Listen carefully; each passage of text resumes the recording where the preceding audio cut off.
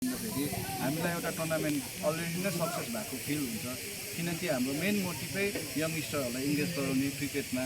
अन्त हामीले long term goal राखेको छ बिसिएको, जसमा चाहिँ हामीले एकाडेमी डेन्टम क्रिकेट एकाडेमी एउटा क्लब मात्रै नभएर एकाडेमीकै हैसियतले राखेको छ। र हामी यो टुर्नामेन्ट भोलि कम्प्लिट हुन्छ है। कम्प्लिट हुनुको साथ एक हप्ता बादमा हामीले क्याम्प एउटा विन्टर क्याम्प नभनेर तर हामीले एउटा रेगुलर हाम्रो बिएससीमा नेट इन्स्टल गरेर नानीहरूलाई सिक्ने है गाइड हुने र एउटा राम्रो अपर्च्युनिटी नानीहरूलाई दिने म यहाँबाट एसुरेन्स गर्दैछु।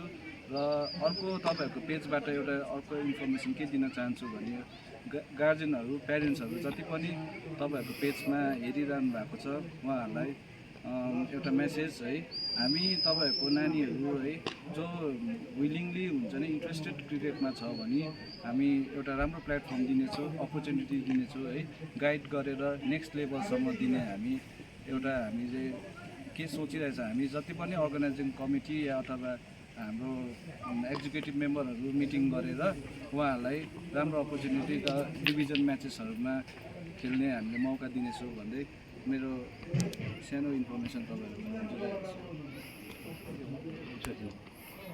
हुन्छ होइन के भन्नु नमस्ते।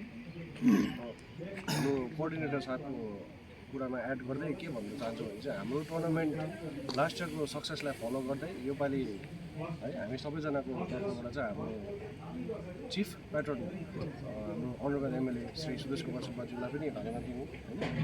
अनि हाम्रो chief adviser Lok Sabha MP doctor Indrang सुब्बालाई पनि धन्यवाद दिन चाहन्छु। उहाँको सपोर्टले चाहिँ अहिलेसम्म हाम्रो है सेकेन्ड सिजन पनि अलमोस्ट अब लास्ट डे छ सक्सेसफुल हुँदैछ हो।